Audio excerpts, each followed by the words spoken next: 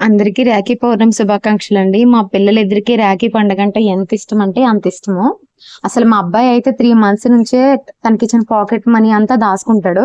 దాచుకుని తన సొంత డబ్బులతో అయితే వాళ్ళ చెల్లికి ఎప్పుడు కూడా గిఫ్ట్ కొంటూ ఉంటాడు. మా పాప కూడా రాఖీకి సంబంధించి చాక్లెట్స్ కి తనే డబ్బులైతే తనకిచ్చిన పాకెట్ మనీ దాచుకుని అందులో నుంచే కొనుక్కుంటుంది. ఎందుకంటే మేము ఎప్పుడు రోజు ఒక 10 రూపీస్ అప్పుడప్పుడు 5 రూపీస్ అలా ఇస్తాం కదా స్కూల్కి వెళ్ళేటప్పుడు. ఆ డబ్బులన్నీ దాచుకొని చేసుకుంటారు. నేను 6th క్లాస్ లో ఉన్నప్పుడు చెప్పాను మా పిల్లలకి. అంతకు ముందు నేనే కొనిచ్చేదాన్ని. 6th కి వచ్చాక ఇంకా మీరు ఎదుగుతున్నారు, మీ పాకెట్ మనీతో మీరు చేసుకుంటేనే రాఖీ పండుగ అనేది బాగుంటుంది అని చెప్పాను. అప్పటి నుంచి కూడా వాళ్ళ పాకెట్ మనీతోనే వాళ్ళు చేసుకుంటారు. ఇప్పటి వరకు ఇచ్చిన ఏ గిఫ్ట్ అయినా సరే సర్ప్రైజింగ్ గానే తనకి చెప్పకుండా వాళ్ళ చెల్లికి తనైతే వాడు దాచుకున్న డబ్బులతో కొనిచ్చాడు. కొన్ని సార్లు అయితే నాకు కూడా చెప్పలేదు ఏం గిఫ్ట్ ఇస్తున్నాడో. సో ప్రతి ఇయర్ కూడా వాళ్ళ చెల్లిని అయితే కొత్తగా సర్ప్రైజ్ చేస్తూ ఉంటాడు.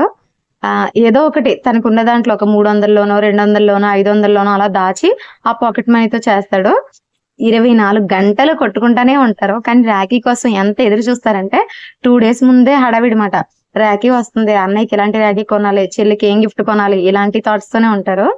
నాకైతే చాలా సంతోషంగా ఉంటది. నేను ఎంత ఇంట్రెస్టింగ్ గా చెప్పానో నాకు తెలియదు, కానీ మా పిల్లలైతే నా మాటని అంత మనసుకు తీసుకుని తనని పాటిస్తున్నారు. నాకు చాలా సంతోషంగా ఉంది. వాళ్ళ అన్నయ్య సర్ప్రైజ్ చేస్తే తన సర్ప్రైజ్ అయినప్పుడు నాకు వచ్చే ఆనందం మీ అందరికీ తెలియచేయాలని పెట్టాను. అంటే మీరు కూడా మీ పిల్లలకి ఇలా నేర్పిస్తే బాగుంటదని నా ఉద్దేశం.